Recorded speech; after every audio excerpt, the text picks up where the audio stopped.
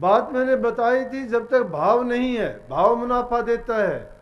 इंसान के दिल में ये भाव और भावना होनी चाहिए कि जिसने गुरु को पूरी अपने विश्वास से, श्रद्धा से अगर परमात्म रूप समझ लिया है, तो गुरु उसके लिए परमात्म रूप होके प्रकट होके उसके काम करेगा।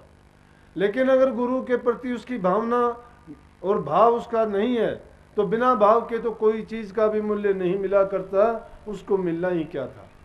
और भक्ति के सिलसिले में जो गुरु शिष्य का भला कर सकता है, उसका कोई नहीं कर सकता।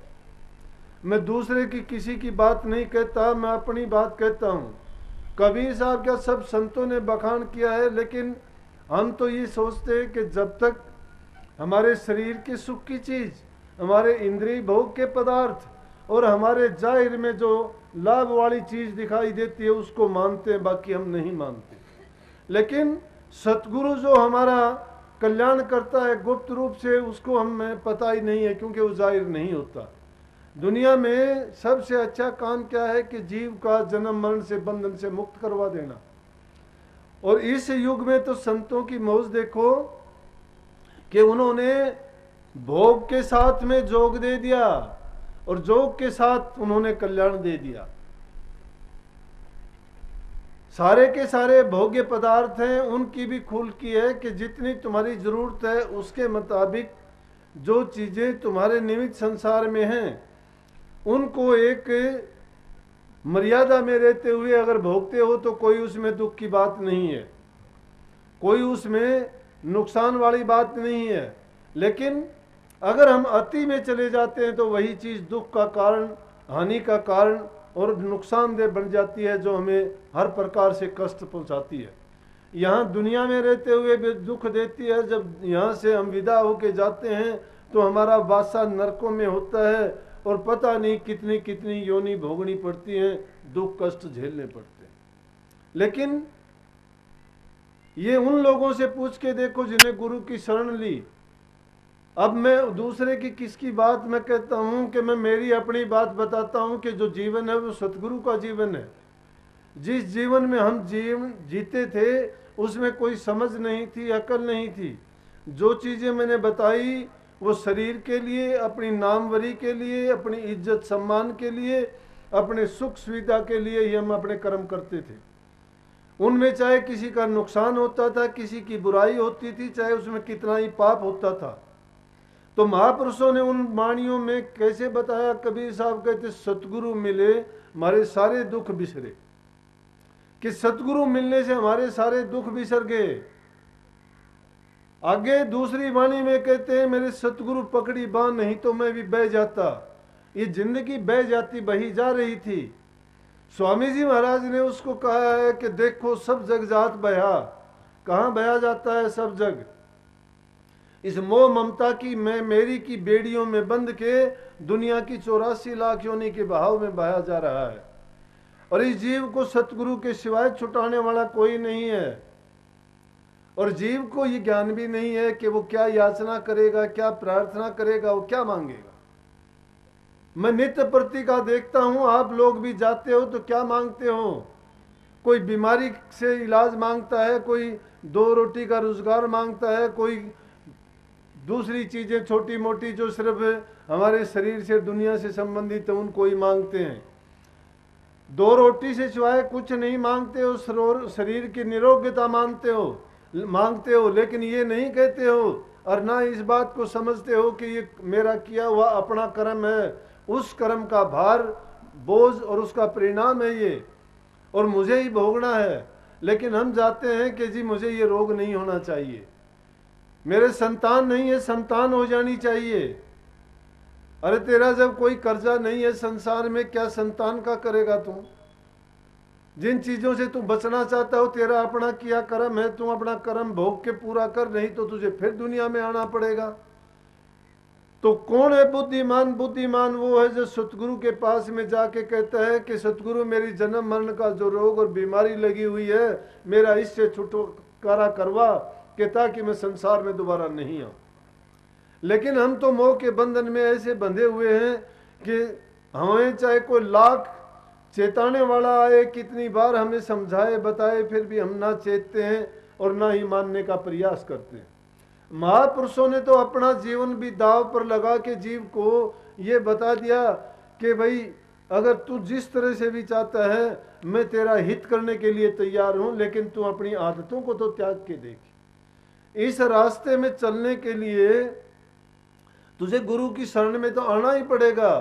और गुरु की शरण क्या चाहती है? गुरु की शरण चाहती है कि तुम अपनी मन मर्जी और तेरी जहां तक सोच है उस सोच से बाहर निकल के गुरु की सोच में, गुरु की बुद्धि में, गुरु के विचार में अपने विचार को मिला दे और गुरु जो तुझे बताता है उसके अनुसार तू संसार में कार्रवाई कर कि तेरा काम करते हुए, भोगों को भोगते हुए तू योग की क्रिया को भी पूरा करता चलेगा, फिर संसार में दोबारा नहीं आएगा।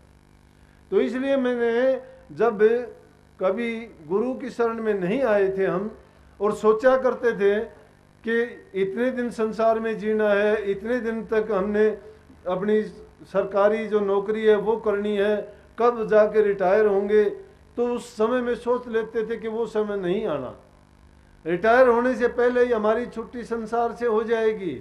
लेकिन जब गुरु की शरण मिली तो गुरु ने क्या किया कि वो पीछे के जो लगे हुए रोग थे, तकलीफ थी, बीमारियां थी, उन सब से निजात दिला के ऐसा जीवन दिया कि आज जब वो पीछे बीता हुआ समय है, कभी तो वो समय ये लगता था वो समय आएगा नहीं, और आज वो समय जब पीछे बीत चुका है तो उन बातों पर ख्याल आता है और फिर इस बात पर भी ध्यान जाता है कि जो ये जीवन जीते हैं ये हमारा नहीं, ये गुरु का दिया हुआ जीवन। क्योंकि हमारा जीवन होता तो बिल्कुल उसकी सत्य यही थी कि कभी का खत्म हो चुका होता, लेकिन आज जो जीवन जीते हैं उनसे, उन रोगों से, बीमारियों से छुटा दिया। कर्म काट कोला किया ब्रह्म अग्नि पर जार, वो ब्रह्म अग्नि को जला के कर्म को ऐसे काट के कोयला बना दिया। नहीं तो वो कर्म हमने भोगने थे और उन कर्मों को भोगते भोगते दुख कष्ट उठाते उठाते संसार से चले भी जाते। लेकिन सतगुरु ने वो अमर जड़ी दी, नाम की वो अमर जड़ी है जिसको हम नहीं जानते। हम तो नाम को सिर्फ ये जानते हैं कि नाम मिल गया हमारा कल्याण हो गया। नाम का मिलने से कल्याण नहीं होता है। नाम तो तुम्हारा 2 अक्षर का होगा, 5 अक्षर का होगा, 4 अक्षर का होगा, बैखरी बाणी से जबान से बोल लोगे या कुछ समय लगा दोगे, उसके जपने में लगा दोगे। अरे मन का टिकाव तुम्हारा नहीं हुआ तो क्या फायदा है? सिर पर टोपी नियत खोटी की टोपी सिर धर के लेना। सिवियां कीते पर रब ना मिलिया की पाया सिवियां बिच वड़ के, तस्बी फेरी पर रब ना मिलिया की पाया तस्बी हथ फड़ के। बुल्ले शाह चज बिना दूध नहीं जमदा, चाहे लाल होवे कड़कड़ के। लाल होवे कड़कड़ के, बिना तरीके के दूध चाहे कितना उबड़ उबड़ के लाल हो जाए लेकिन वो जमता नहीं है। कैसे जमेगा? कि जिस प्रकार से टोपी सिर पर रख ली, कोई मजहब अपना लिया, कोई हमने भेष धारण कर लिया, कोई जटा रखा ली, बाल रखा लिए, कोई पहचान बना ली, ये पहचान नहीं है। पहचान तुम्हारे अंदर में है। जब तक अंदर से नहीं बदलोगे, बाहर बाणे बदलते रहो, बाण जब तक नहीं बदलते हो बेकार है ये जीवन में आना। नाम की लज्जत नहीं आएगी, नाम की समझ जब आएगी कि जब तुम गुरु के हो जाओगे, और गुरु की मेहर के बिना ये समझ भी नहीं आएगी। लेकिन गुरु की मेहर पाने का तरीका क्या है? कि गुरु के मन को जीत लेना। गुरु के मन को जीत लेने, गुरु चापलूसियां नहीं चाहता है, गुरु चालाकियां चतुराई नहीं चाहता है। गुरु के सामने तुम ये दिखाने का प्रयास करोगे तो गुरु मूर्ख नहीं है कि वो जानता है कि नहीं जानता है। लेकिन हम तो गुरु के सामने झूठ बोलते हैं, चतुराइयां करते हैं, अपने बातों में बड़ा बनना चाहते हैं या होशियार बनना चाहते हैं। उनसे नाम नहीं, नाम का तरीका नहीं आ जाता। जब अमल करोगे, अंदर में सच्चा तार तुम्हारा जुड़ जाएगा तो गुरु अपने आप प्रकट हो जाएगा तुम्हारे। अरे सतगुरु ने तो नाम दे के ये बोल दिया था कि तुम नाम का जब अभ्यास करोगे, नाम की कमाई करोगे, कि चलो मैंने आपको ये बता दिया है, मैंने आपको ये बता दिया है और मैं ये आपको समझाता हूँ। कबीर साहब ने कहा ना कि कहता हूँ कह जात हूँ काहे बजाऊं ढोल। ढोल बजाने से भी नहीं सुनने वाला है कोई। अगर सुनेगा न तो सीधी सी बात में ही सुन लेगा। कहता हूं कहे जात हूं, कहे बजाऊं ढोल, सांसा खाली जात है 3 लोक का मोल। ये 3 लोक का मोल है। इंसान अगर जीवन को बर्बाद करता है, बुरी आदतों में डालता है, नशे विषय विकारों में इस जीवन को बर्बाद करता है, फिर ये मौका नहीं मिलता है। इसीलिए सब ने ऊंची आवाज में ये रुका दिया, आवाज दी कि अरे भोले इंसान तू समझ, ये तुझे अवसर मिला है, इस जीवन में तुझे गुरु मिला है, नाम मिला है, करने के लिए तू सक्षम है। तुझे हर प्रकार से सुंदर शरीर, अच्छा समय और सब प्रकार से तुझे संपन्न बनाया है, हर चीज से तू करने लायक है। फिर भी अगर तू उस परमात्मा की भक्ति करके उसको इसी जीवन में प्राप्त नहीं करता है और जन्म मरण से छुटकारा नहीं करवाता है, तो फिर तेरे से ज्यादा मूर्ख कोई नहीं है।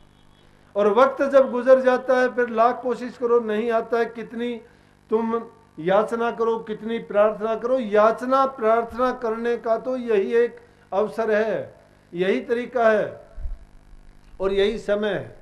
इस समय में अगर हम चूक जाते हैं तो ये समय फिर मिलने वाला नहीं है।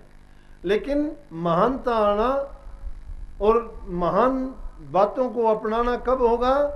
जब गुरु की बात को ही मंत्र मान लोगे, गुरु की बात को अपने निमित्त हितकारी समझ लोगे, ये मानोगे कि मेरा कल्याण इसी में। अगर गुरु की बात को ये मानोगे, जैसे सवाल उठा दिया, कईयों ने कहा भी होगा कि सत्संग इतवार का नहीं रखा, इतवार का रखता तो और ज्यादा फायदा होता। अरे जो फायदा लेने वाले होते हैं उनको इतवार की छुट्टी की उनकी परवाह नहीं होती, उनके लिए तो हर दिन शुभ होता है। अब इस बात को आप लोग नहीं जानते कि उस दिन के लिए क्यों नहीं रखा। रोहतक के लिए भी ये बात रखी गई थी कि शनिवार का रख दिया, इतवार को क्यों नहीं रखा। जब शनिवार का सत्संग हो चुका, इतवार की हालत देखी तो सबने मान लिया कि ठीक रखा था भाई शनिवार का, क्योंकि मौसम बदल जाना था, महाराजियों को तो पता था। अब वो जब बात बाद में अच्छी हो जाती है तो उसको मान लेते हैं। संतों की बात में मौज होती है, संतों की रमज को समझने के लिए आदमी के मैंने कही थी कि दिल में श्रद्धा होनी चाहिए। श्रद्धावान आदमी कभी सवाल नहीं उठाएगा। श्रद्धावान ये नहीं कहेगा कि तू जाके गुरु के साथ में हाथ मिला ले, कबड्डी खेल। अब महावीर मेरे से मजबूत थोड़ा है बेचारा, बोला तू डरता है, तू जाके कहता नहीं है कि सत्संग कर दे। अरे तेर मेर की भावना आप लोगों में होगी।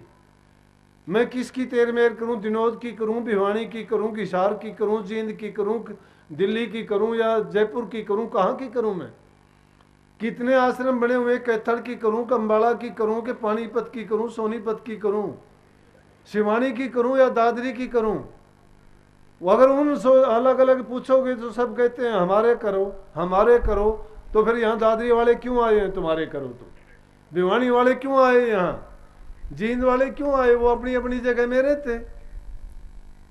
मैं किसी की मेर तेर नहीं, सब अपने हैं। और ये जब तक एकता का पाठ आप नहीं पढ़ते हो, कोई पराया नहीं है। तुझ में राम, मुझ में राम, सब में राम समाया, सबसे कर लो प्रीत, जगत में कोई नहीं पराया। ये पाठ सीखो, प्यार करना सीखो सबके साथ में।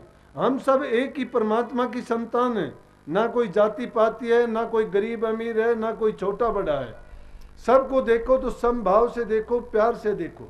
लेकिन अपने जीवन में समता को, त्याग को, सेवा को, प्रेम को, इन चीजों को स्थान नहीं, इनको पक्का अपनाओ अपने जीवन में। फिर देखो जीवन का। महापुरुषों ने तो अपने जीवन की मिसाल दे दे के कही है कि दुनियादारों के दिलों में भी मेरी तरह से प्रकाश कर दे। किस प्रकार से? कि एक महात्मा का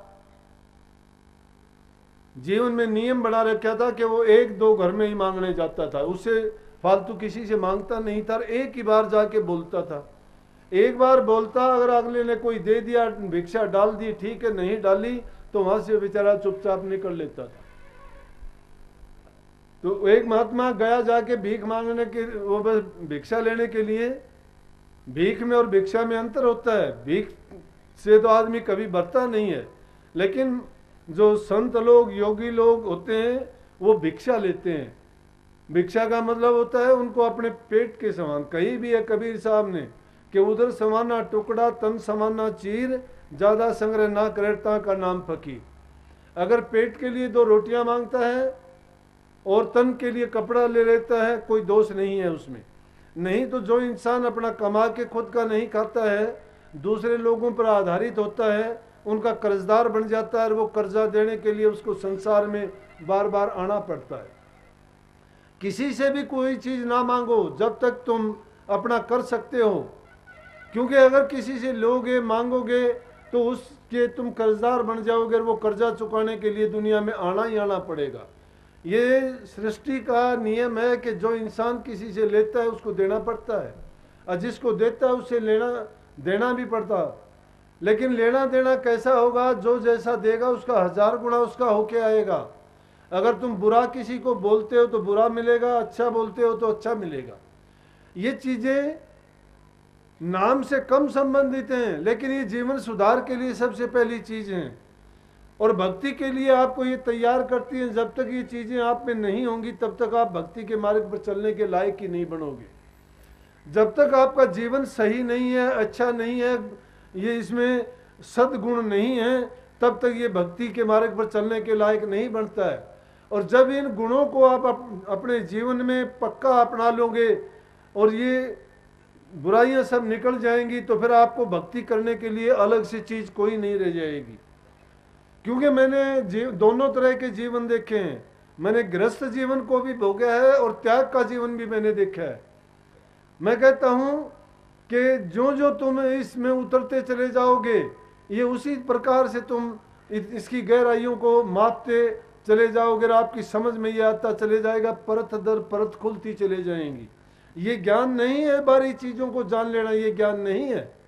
लेकिन जो असली ज्ञान है, वास्तविक ज्ञान है, वो ब्रह्म ज्ञान है। और वो ब्रह्म ज्ञान में जब तुम डूब जाओगे, ओतपोत हो जाओगे, फिर तुम्हें ये पता लगेगा कि वास्तव में भक्ति चीज़ ही जुदा है। ये नाम तो बैखरी बाणी का सिर्फ एक मन को रोकने का है, मन को रोकने का। अब मन का भी ऐसा तमाशा है जिसको डांटना आसान काम नहीं है। हाथी की तरह मत वाला है मन, घोड़े की तरह भागने वाला है, ये बंदर की तरह से चंचल है। ये मन रुकता नहीं है, एक पल के लिए नहीं रुकता है। 5 प्रकार के रसों में ये डबो देता है, शब्द सप्रस रूप रसगंध में। 5 विकारों में ये लेके जाता है, काम क्रोध लोभ मोह अहंकार में, संसार की कामनाओं में। इस प्रकार से ये मन हमें फंसा के छोड़ देता है कि निकलना तो दूर की बात, कि हमें इस बात का होश ही नहीं रहता कि हम फंसे हुए कहाँ पे हैं।